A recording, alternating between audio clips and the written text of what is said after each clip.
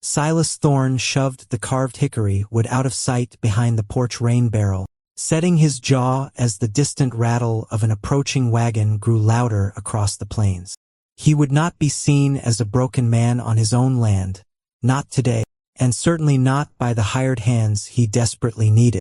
The bank had given him exactly until the first heavy snow to prove the Broken Spur ranch could still run cattle, but his shattered right leg made the heavy timber work impossible. He wiped a layer of cold sweat from his brow, shifted his weight entirely to his left, and leaned against the porch post to project a strength he no longer possessed. The supply wagon rolled to a halt in the center of the dusty yard, the tired horses blowing hard in the crisp autumn air.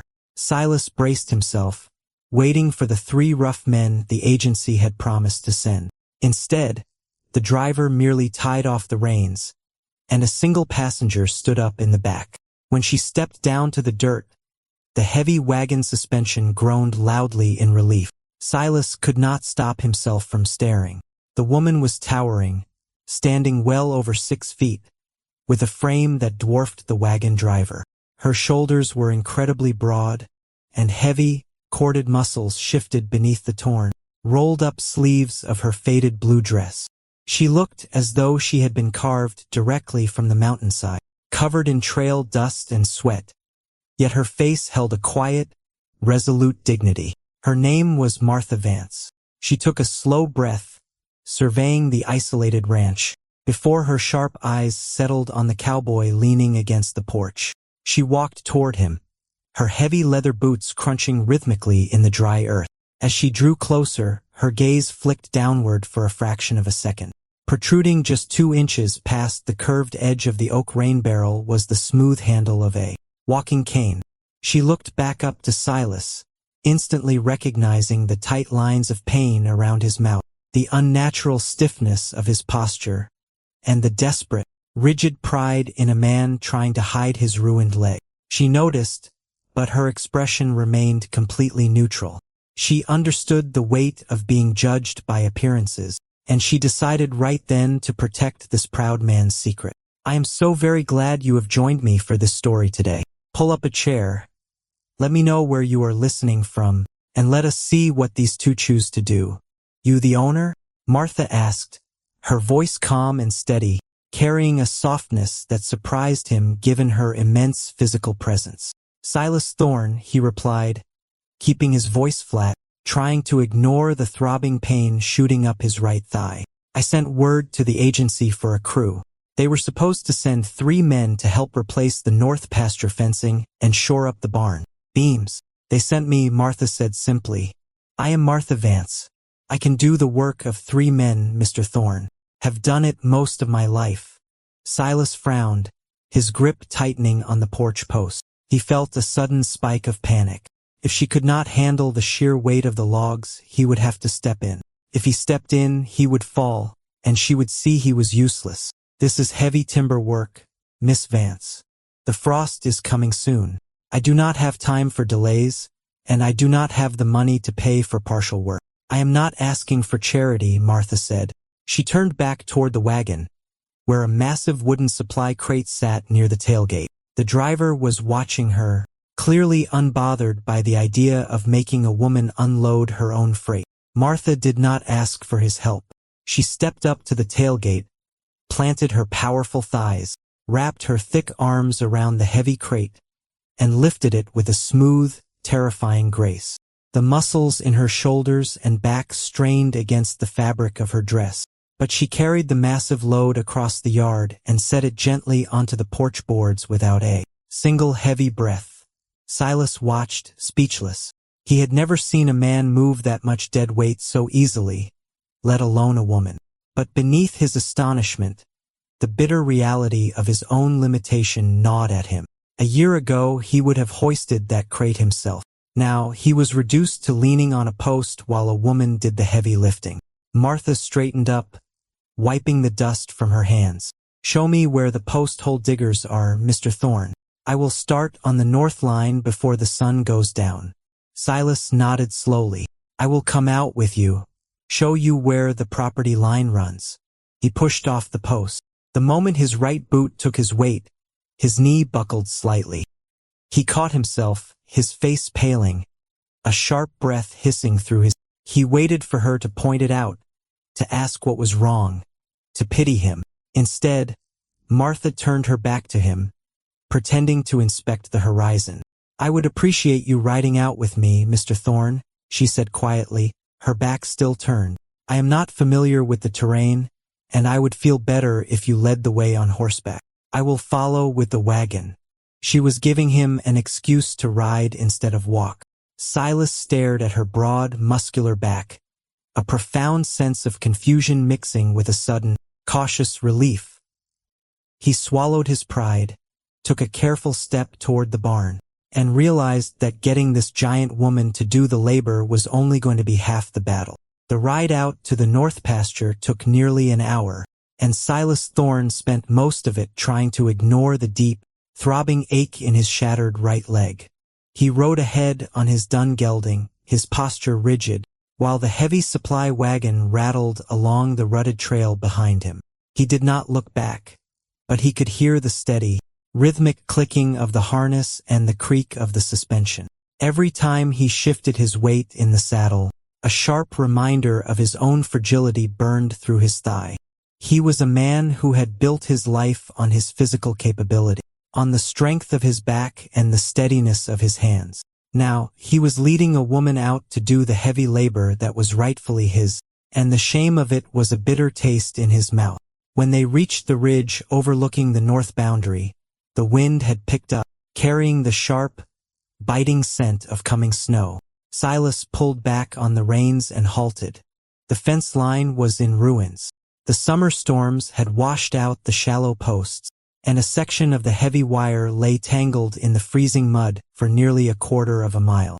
Martha pulled the wagon to a halt beside him and secured the brake. She did not complain about the cold or the sheer volume of work stretched out before them. She simply stepped down, walked to the back of the wagon, and pulled out a heavy iron tamping bar and a set of iron post hole diggers. "The frost is already setting into the shadow of the ridge," Silas said, keeping his voice carefully neutral as he watched her. "The ground will be like iron by tomorrow morning." "Then we will break it today," Martha replied. She walked to the first marked spot, lifted the heavy iron bar, and drove it downward with a powerful, fluid strike. The metal bit deep into the frozen earth with a dull thud. She pulled it free, the thick muscles in her arms and shoulders working smoothly beneath her faded blue dress, and struck again. Silas watched in silence. There was no hesitation in her movements, no wasted energy. She worked with the steady, relentless rhythm of someone who had spent her entire life trading her physical power for the right to simply exist. He could not sit on his horse and simply watch. His pride would not allow it. Silas swung his left leg over the saddle and eased himself to the ground. He kept a tight grip on the stirrup leather for a moment, waiting for the shooting pain to subside, then slowly made his way toward the stack of heavy cedar posts loaded in the wagon. "I will set the timber," Silas said, his voice tight. "You keep breaking the holes." Martha paused, resting her hands on the iron bar. She looked at his pale face, then at the heavy cedar logs. "Those posts weigh near 80 pounds apiece, Mr. Thorne. I can carry them once the line is dug. It is my ranch, Miss Vance. I will pull my own weight." He turned away before she could argue, grabbed the rough bark of the nearest cedar, and hauled it off the wagon bed. He managed to drag it 3 steps before the uneven, frozen ground betrayed him. His right boot slipped into a rut. The ruined muscles in his thigh seized instantly. His knee buckled, and the heavy log fell from his hands, crashing to the dirt. Silas pitched forward, catching himself heavily against the wagon wheel just before he hit the ground.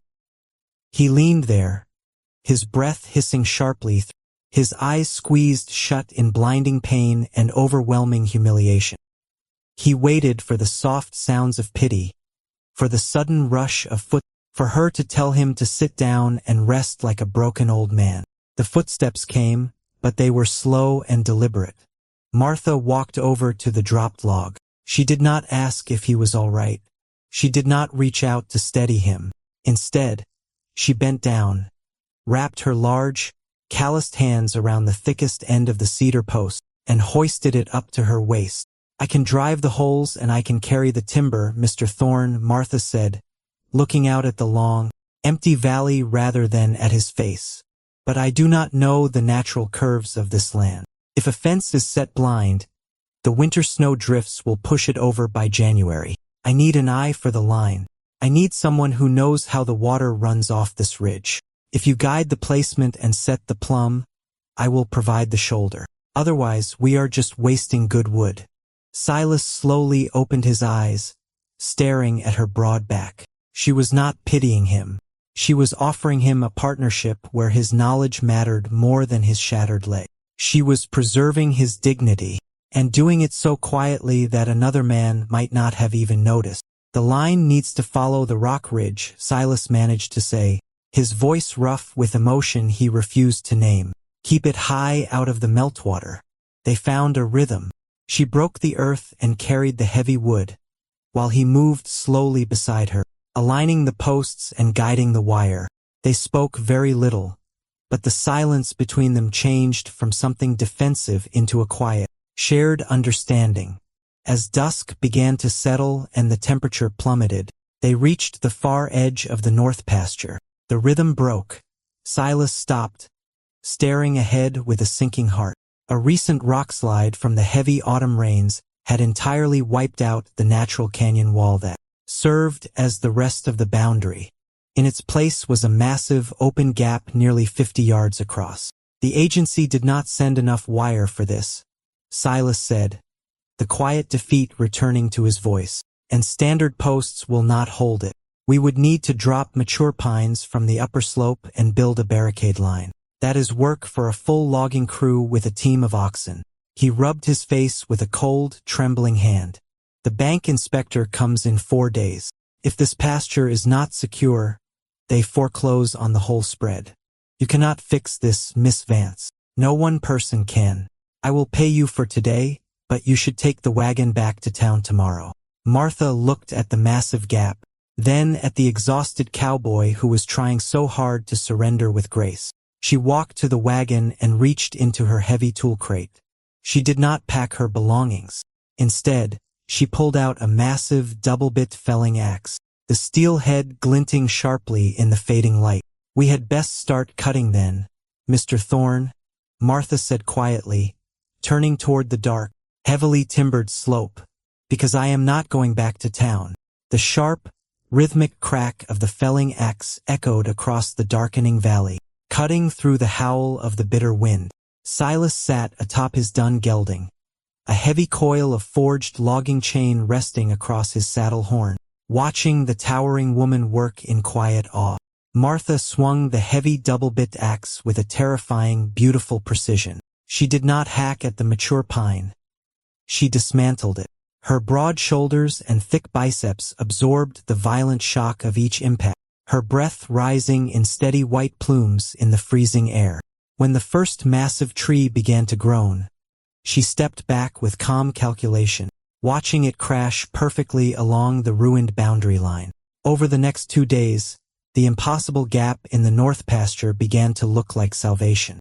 They built a grueling but effective system, falling into a silent rhythm that required no orders. Martha provided the overwhelming raw power, felling the timber and limbing the heavy branches, while Silas provided the strategy. He used his gelding and the 2 stout wagon horses to drag the massive logs into position, utilizing skidding tongs, leverage, and years of frontier engineering to stack the barricade. For the first time since his horse had rolled on him a year ago, Silas did not feel entirely useless. His shattered leg kept him out of the deep snowdrifts, but his knowledge of angles, tension, and timber weight was the only thing making Martha's raw strength effective. They were building a fortress against the winter, and for a brief, shining moment, Silas actually believed he was going to save the Broken Spur. By the evening of the second day, exhaustion had settled deep into both of them. The temperature had plummeted, turning the mud in the ranch yard to solid iron. Silas stood on the front porch, his right hand gripping the porch post so tightly his knuckles were white. The long hours in the saddle had set the damaged nerves in his thigh completely on fire, and he could barely put an ounce of weight on his right boot. He was trying to gather the strength to limp the 20 yards to the bunkhouse without collapse, when he heard the heavy crunch of leather boots on the frozen dirt. Martha walked across the yard, her faded blue dress covered in pine pitch and sawdust. She stopped near the edge of the porch. She did not look at his trembling leg, nor did she offer to carry him.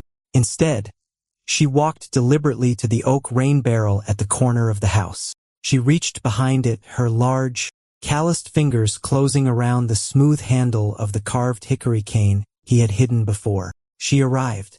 She walked back and held it out to him. The wood caught the pale light of the moon. Silas stared at the cane, a hot flush of defensive pride rising in his chest. He tightened his jaw, preparing to tell her he did not, but when he looked up into Martha's face, he found no pity there.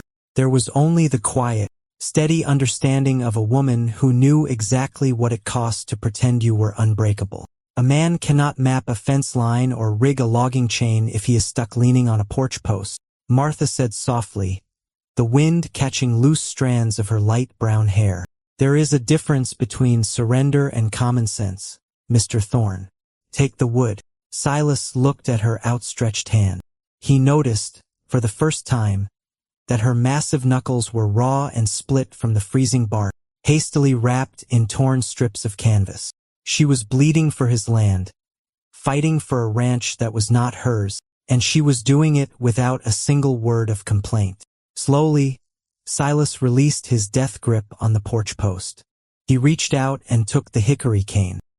He leaned his weight onto it, the relief in his hip so profound he nearly closed his eyes. Thank you, Martha, he said, his voice rough. It was the first time he had used her given name. The faint, warm shadow of a smile touched her resolute features before she turned toward the barn to check the horses. But the frontier rarely allowed a victory to stand unchallenged. Before dawn on the third morning, the wind shifted violently. Silas woke to the sound of the cabin timbers groaning. He limped to the window and felt his stomach drop. The sky had turned the color of bruised iron, and the horizon was already gone, swallowed by a rapidly advancing wall of absolute white. The heavy winter blizzard was hitting 3 days early. He found Martha already hitching the team in the freezing dark of the barn. Unharness them, Silas ordered, leaning heavily on his cane as he stepped into the lantern light. We are staying inside. The temperature is dropping too fast. If we get caught out on that ridge in a whiteout, we will freeze to death. Martha paused, her hands resting on the heavy leather traces. The barricade is not finished, Silas. There is still a 20-yard gap. I saw the cattle shifting in the dark. The pressure is dropping.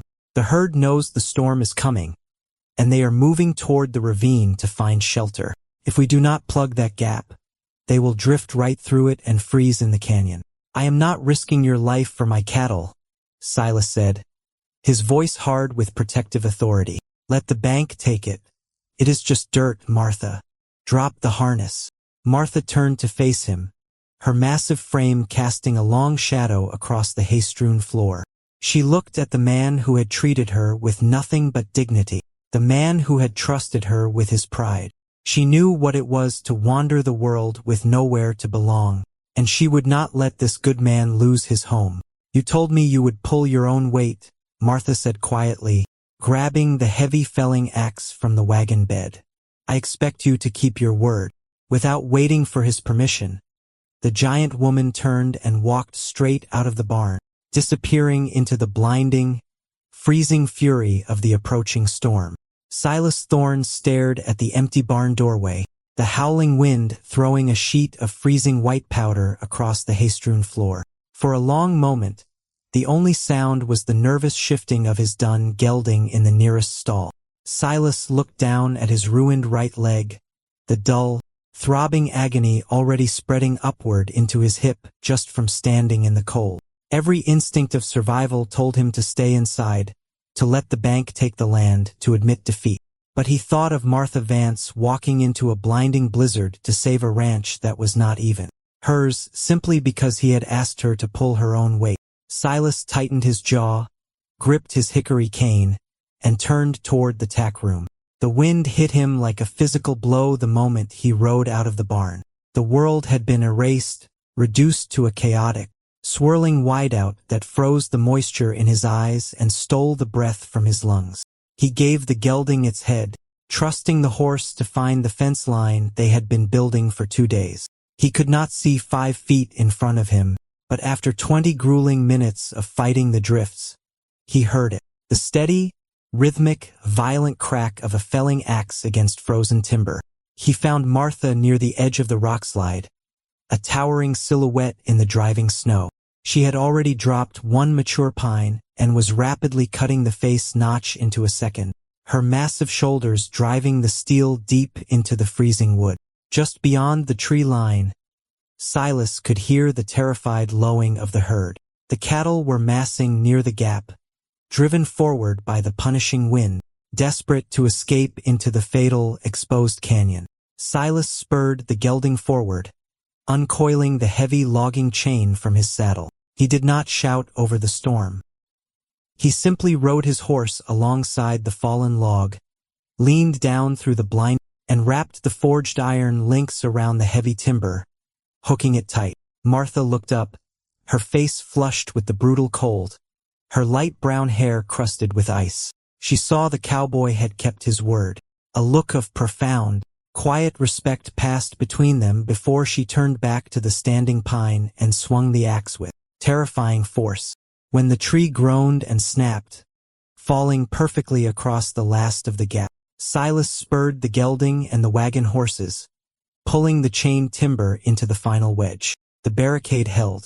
The lead steers, finding their path blocked by a wall of solid wood, turned their heavy heads and began drifting back down into the sheltered, timbered ravine where they belonged.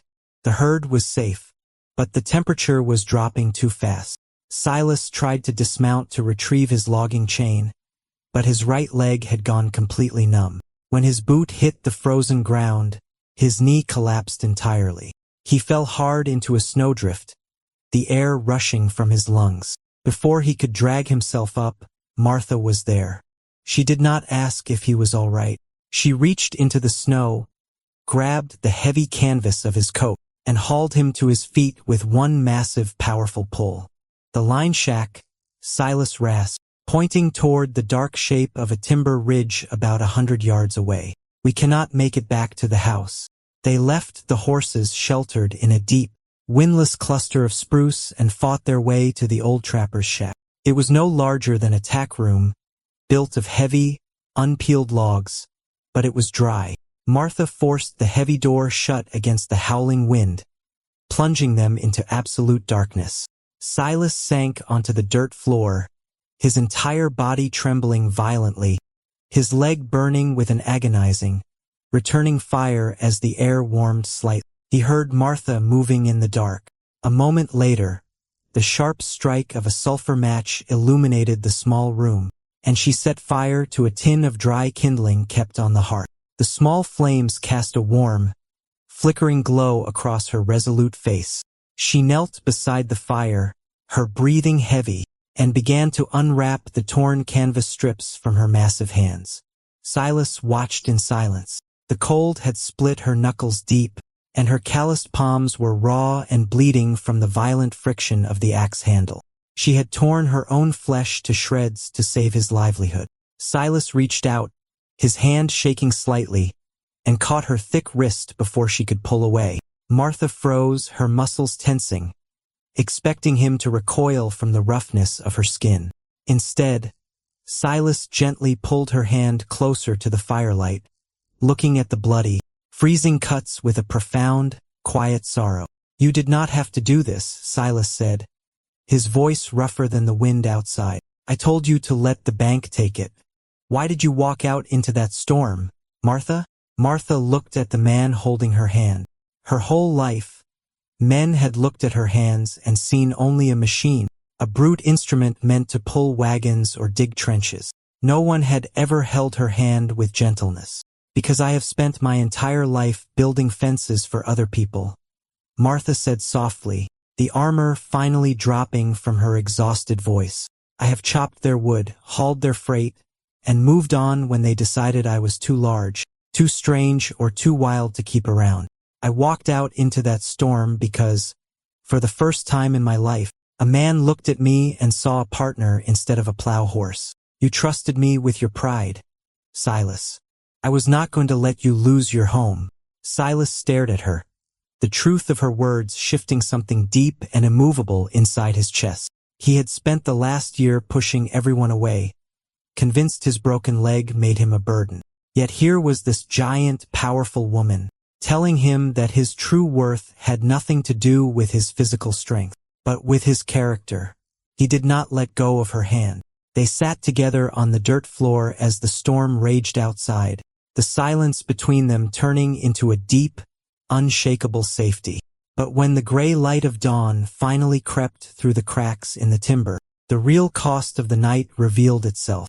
The wind had died, the storm passing as quickly as it had arrived. Silas placed his hands on the floor to push himself up, intent on saddling the horses.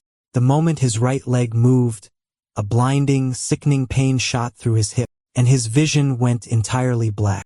The freezing temperatures had severely damaged the compromised nerves and restricted blood flow in his shattered thigh. He collapsed back onto the dirt, completely unable to stand. He looked up at Martha, the horrifying reality settling over. They were miles from the main house. The bank inspector was due to arrive by stagecoach the next morning, and the proud cowboy was utterly paralyzed in the snow. Silas lay on the freezing dirt of the line shack, the bitter reality of his ruined body settling heavily in his chest. He had spent his entire life standing on his own 2 feet, bearing his own weight, and solving his own problems. Now, the severe cold had turned his shattered right leg into a useless, agonizing anchor. He could not even push himself up to a seated position without his vision swimming in black spot. Martha knelt beside him, the warm glow of the dying fire illuminating the deep concern in her resolute face. She reached for his heavy canvas coat to pull it tighter around his shoulders, but Silas weakly pushed her hand away. "I am done, Martha," Silas rasped, his voice trembling with a mixture of physical pain and profound, suffocating shame. "The leg will not hold me. I cannot even walk to the horse." He closed his eyes, refusing to look at her. "Take the ride back to the house, hitch the wagon, and get to town. Tell the agency I authorize your full pay from the escrow account. The bank inspector is coming this morning anyway. Let him have the ranch. Just leave me here until the stagecoach can send a recovery wagon." Martha did not move. She looked at the proud, broken cowboy who was trying to fire her just to spare himself the humiliation of being seen in utter defeat. "I told you yesterday, Silas Thorne," Martha said, her voice dropping to a low, quiet timbre that carried no pity, only absolute certainty. "I am not going back to town." Before Silas could argue, Martha reached down. She did not ask for his permission, and she did not hesitate. She slid one massive, heavily muscled arm beneath his shoulders and the other behind his knees. With a slow, steady breath, she stood up, lifting the 200-pound cowboy from the dirt as smoothly as if he were a child. Silas gasped, his hands instinctively gripping her broad shoulders. He felt the terrifying, overwhelming physical power in her frame, but he also felt the absolute care in her grip. She held him securely against her chest, absorbing his weight without a single tremor of effort, protecting his ruined leg from jarring against the doorframe as she carried him out into the blinding glare of the snow-covered ridge. She lifted him effortlessly into the saddle of the dun gelding. Silas gripped the saddle horn, his face pale, his pride stripped bare. He felt entirely useless. Yet, as he looked down at the towering woman standing in the waist-deep snow, he realized she was not looking at him with disgust. She simply took the gelding's reins, turned her back to the biting wind, and began to walk. For 3 grueling hours, Martha Vance broke the trail. She waded through the massive snowdrifts, her thick thighs and powerful shoulders carving a path so the exhausted horse could follow without stumbling. Silas sat in the saddle, watching her massive back rise and fall with every breath. He realized with a quiet, devastating clarity that she was sacrificing her own physical well-being to carry him home. His long-held belief that his worth as a man was tied solely to his physical strength began to crack. He was offering her nothing but a burden, yet she was fighting for him anyway. By the time the roof of the main ranch house appeared over the final ridge, the midday sun was glaring off the ice. But the yard was not empty. A black, horse-drawn cutter sleigh sat parked near the porch, its runners cutting deep into the fresh snow. Standing on the porch, wrapped in a heavy fur coat, was Mr. Sterling, the inspector from the Territorial Bank. Martha led the gelding to a halt near the porch, her chest heaving, her breath pluming in the freezing air. Sterling looked at the exhausted giant woman, and then his cold eyes shifted to Silas, who was slumped in the saddle, utterly unable to dismount. The inspector shook his head. "I followed the railway snowplow out from town, Thorne. I wanted to see if you survived the freeze. I see you barely did. The north gap is closed," Silas said, his voice tight, trying to sit up straighter. "The herd is secure in the timber." "Maybe," Sterling replied dismissively. "But look at you. The mortgage covenant clearly states the property must be actively maintained by a capable owner. You cannot even sit a horse straight, let alone run cattle. A broken man cannot manage the Broken Spur, and the bank will not extend a loan to a cripple who has no crew except one freakishly large woman." Sterling pulled a folded document from his coat. "I am calling the note due. You have 1 hour to gather your personal effects." Silas felt the last of his fight drain away. He looked at Martha, feeling a protective need to shield her from the wreckage of his life. He would not let her sink with him. "Fine," Silas said softly to the inspector, "but the woman gets paid first. She is just hired help." He turned to Martha, forcing his voice to be cold. "Miss Vance, your work here is take the wagon and go." Martha stared at him, her sharp eyes seeing right through his defensive lie. She knew exactly what he was doing. He was pushing her away to protect her. She did not step away. Instead, Martha reached deep into the pocket of her faded blue dress and pulled out a heavy, canvas-wrapped bundle. It was the wages from 10 years of brutal, backbreaking labor in logging camps and rail yards. The only security she had ever known in a world that treated her like a beast of burden. She stepped onto the porch, standing a full head taller than the inspector, and held out the heavy bundle. "What is the balance of the arrears?" Martha demanded. Sterling blinked in shock, stating a sum that amounted to nearly every coin in the canvas wrap. "I am paying it," Martha said, her voice ringing out in the cold air. "And my name goes on the deed alongside his." "No," Silas shouted from the saddle, his voice cracking with panic and wounded pride. "Martha, put that away. I will not take a woman's life savings. I will not let you buy my failures." Martha turned slowly from the inspector and looked up at the terrified cowboy. "It is not charity, Silas. It is a partnership." Her voice was soft, but it carried the weight of an ultimatum. "I am claiming a place to belong, but if you let your pride refuse this, you do not just lose the land. You lose me."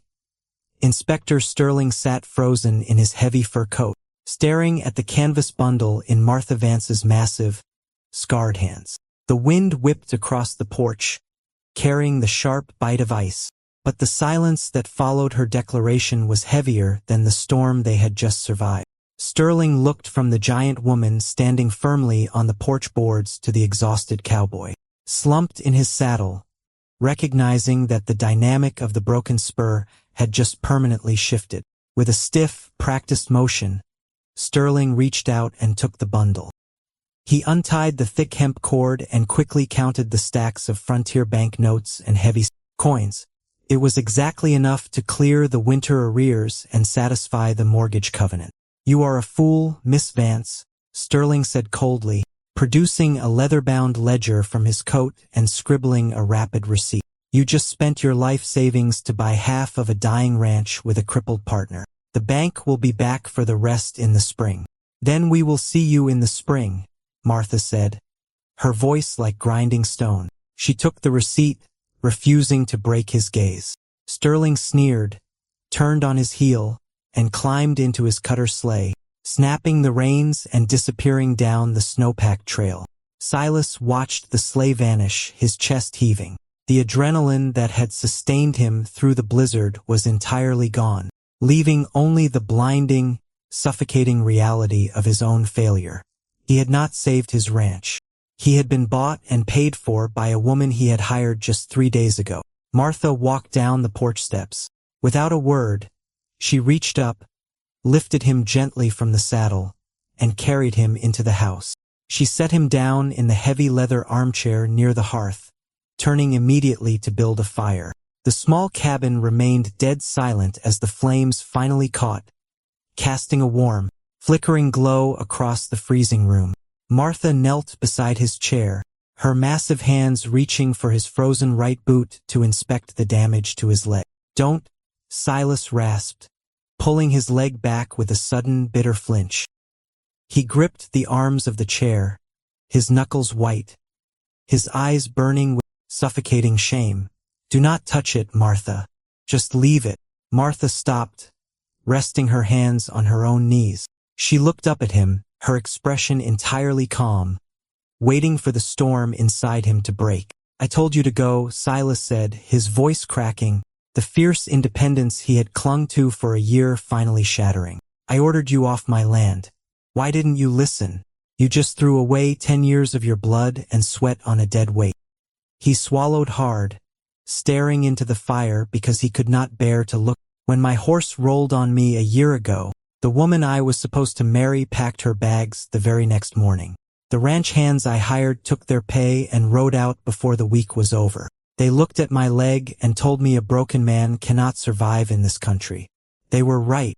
I am useless. I cannot build a fence. I cannot ride out a storm. And I cannot even dismount my own horse. You bought a cripple, Martha." He braced himself for her to argue, or worse, to offer him suffocating pity he had dreaded since the day of his accident. Instead, Martha remained kneeling on the floor. She reached out and deliberately took his trembling, calloused hand in her massive, heavily scarred fingers. "My whole life," Martha said, her voice dropping to a low, steady warmth that filled the quiet room. "People have looked at my size and seen only what I could lift. They saw a machine, a beast of burden. No one ever looked at me and thought I might need a safe place to sleep. No one ever thought I might want to be spoken to with dignity. And no one, in 32 years, ever thought I was worth protecting." Silas finally looked at her, his breath hitching at the raw, unguarded truth in her eyes. "But out there on that porch," Martha continued softly, her thumb brushing over his rough knuckles, "you looked at me, and you tried to throw away your home, your pride, and your land, just to keep my savings safe in my pocket. You tried to protect me." She squeezed his hand, the overwhelming physical power in her grip completely tempered by an absolute, profound tenderness. "A man's worth is not measured by how much timber he can carry, Silas. It is measured by what he is willing to sacrifice for someone else. I did not buy a piece of dirt today. I bought a home with a man I trust." Silas stared at the giant woman kneeling before him. The deep, agonizing knot of worthlessness that had choked him for a year slowly began to unravel. He realized that while he had been trying to hide his brokenness, she had seen right through it to his character, and she had chosen him anyway. Slowly, the fight drained out of him. He let out a long, ragged breath, his shoulders dropping as he finally allowed his hand to rest fully, accepting the partnership and the quiet, profound safety she was offering. But as the fire burned hotter, warming the freezing cabin, Silas suddenly gasped, his back arching in the chair. Martha immediately reached down and carefully unlaced his frozen leather boot, pulling it free. When she rolled up the heavy wool trouser leg, the quiet peace of the room vanished. The prolonged exposure in the snowdrift had wreaked havoc on his compromised circulation. The flesh of his shattered calf and thigh was unnaturally pale, webbed with deep, angry streaks of purple, and he was already beginning to tremble with the violent, uncontrollable shivers of a rapidly spiking fever. The bank inspector was gone, but the frontier was not finished exacting its toll, and Martha realized with a sinking heart that the man she had just claimed might not survive the night. The small cabin felt suddenly fragile against the massive, suffocating weight of the medical crisis unfolding beside the hearth. Silas began to shake with a violent, uncontrollable force, his teeth chattering so hard it sounded like breaking glass. The deep, angry purple streaking up his ruined right leg was the unmistakable signature of severe frostbite and failing circulation. Out on the frontier, a compromised limb rapidly turned to gangrene, and a spiking fever in a battered man usually meant a death sentence. Martha Vance did not panic.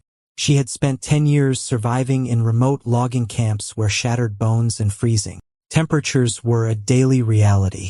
She knew that plunging the freezing flesh directly into hot water would destroy the tissue completely, and she knew they did not have hours to slowly wait for the hearth to warm his blood. She moved with terrifying, deliberate focus. She hauled the heavy cast iron kettle over the hottest part of the flames, then pulled the heavy wool blankets from his bed. She knelt back down in front of the leather armchair, her raw, blistered hands unwrapping the rest of his damp clothing.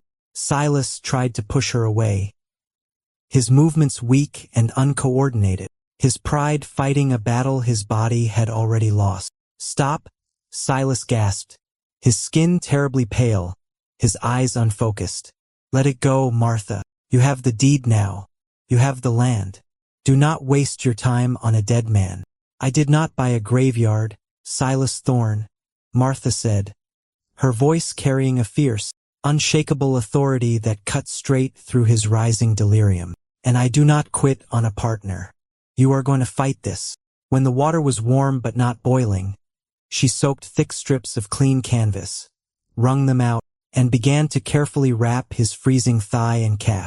The moment the warm dampness touched the compromised nerves, Silas let out a ragged, agonizing cry. The pain of returning circulation was blinding.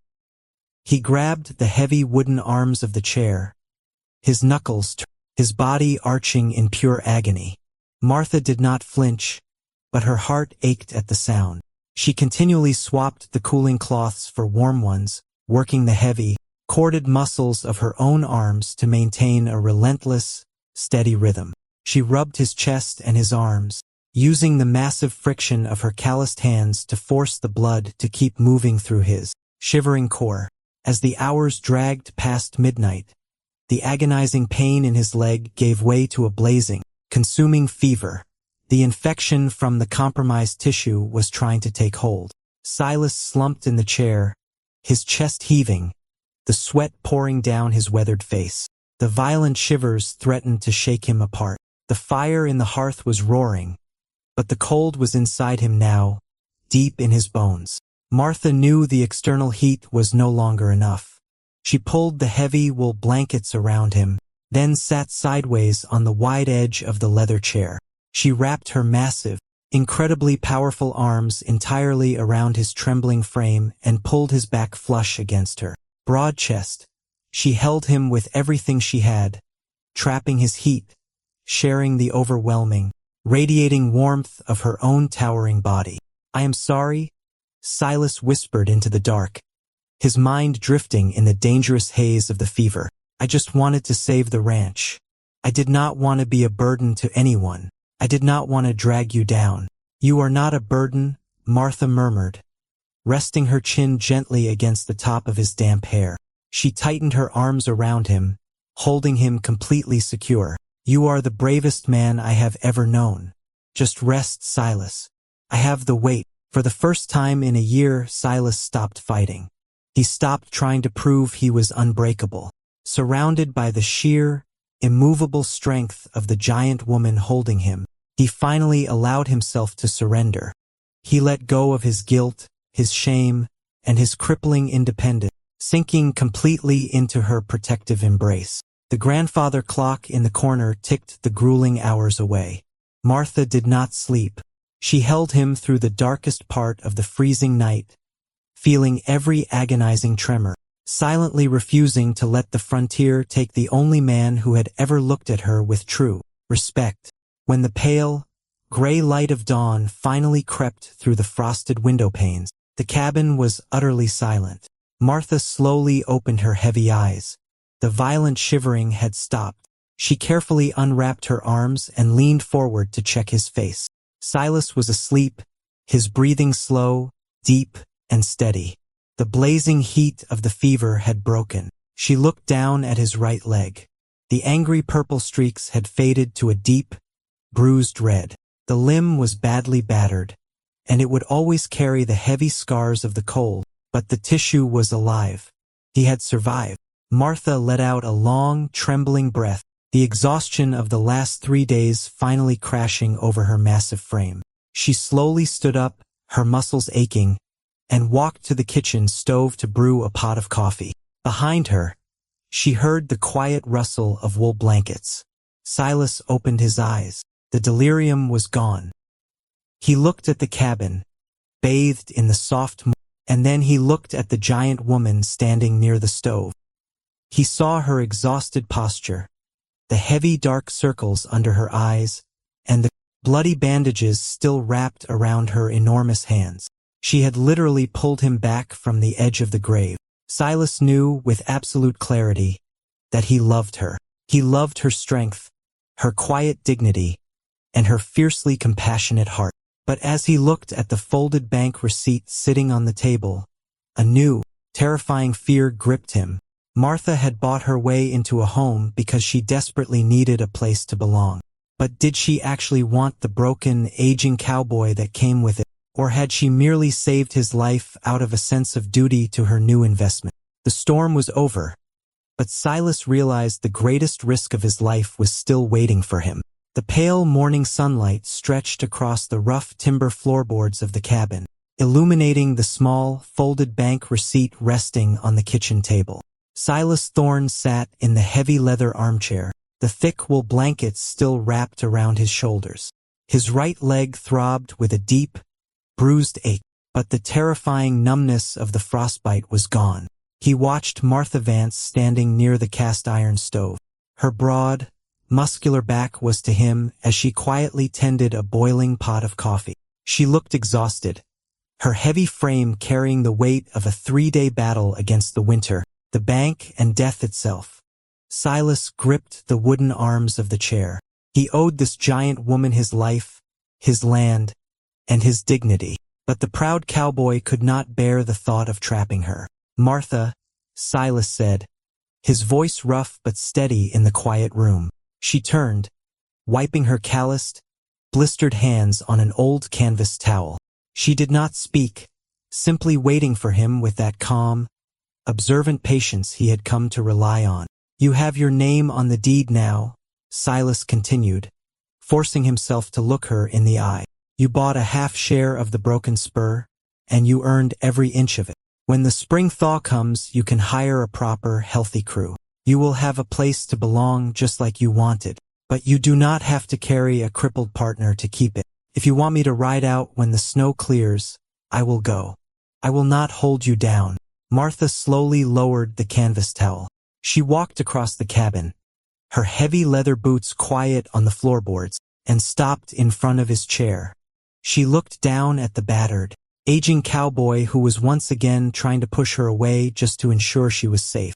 "My entire life," Martha said, her voice a low, steady timbre, "men have watched me do the heavy lifting, and the moment the hardest work was finished, they asked me to move on. They paid my wages and turned their backs because they did not know what to do with a woman who was larger and stronger than they were." She paused, her sharp eyes searching his weathered face. "Are you asking me to move on now that the storm is over, Silas?" "No," Silas breathed, the absolute truth finally breaking through his stubborn pride. "God, no. I am terrified that you are going to realize you deserve better than a broken man." Martha reached out and gently rested her massive, heavily scarred hand against his rough cheek. You let me carry you through a blizzard, Silas Thorne. You let me see you fall, and you trusted me enough to let me hold you together when the fever broke. You are the only man in this world who has ever looked at my hands and seen something worth holding onto. I did not buy a piece of dirt to live on alone. I bought a home with the man I love. Silas stared at her, the last suffocating knot of shame unraveling in his chest. He reached down beside the leather chair, his fingers closing around the carved handle of the hickory cane she had retrieved for him days ago. He planted the cane firmly on the floorboards and pushed himself up. He did not try to hide his ruined right leg. He bore his weight on the wood, standing tall in front of her, accepting his physical limitations without surrendering his dignity. He reached up and took her massive, scarred hand in his own, holding it with a profound, unshakable reverence. I hid this cane behind the rain barrel the day you arrived, Silas said quietly, his thumb brushing over her healing knuckles. I thought a man who could not stand on his own was no man at all. But I was a fool. I will never hide it again, Martha. And if you will have me, I will spend the rest of my days making sure you never have to build a fence, carry a burden, or face a storm alone ever again. Martha let out a long, trembling breath. The armor she had worn for 32 years finally shattered completely.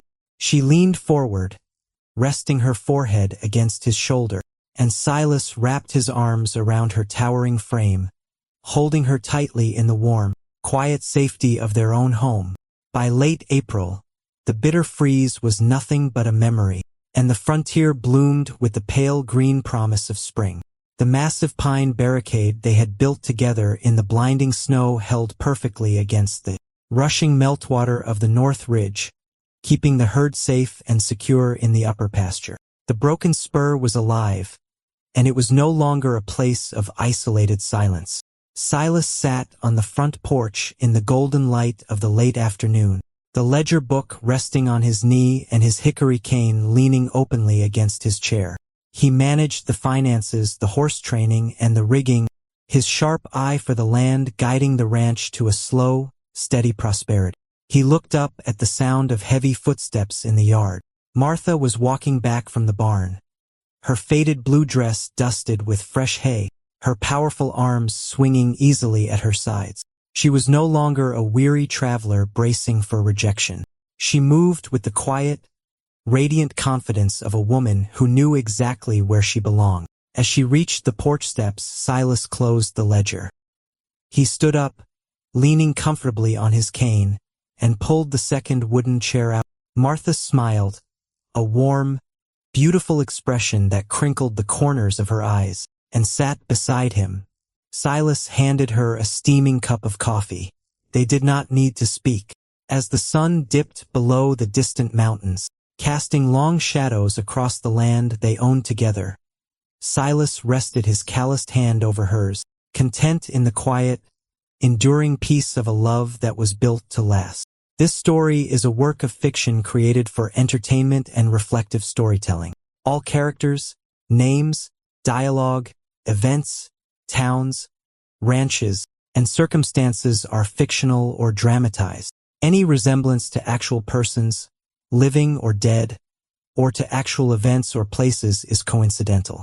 Historical details are used to create a frontier atmosphere and may be simplified or adapted for narrative purposes. Nothing in this story should be understood as historical documentation or as legal, medical, financial, or other professional advice.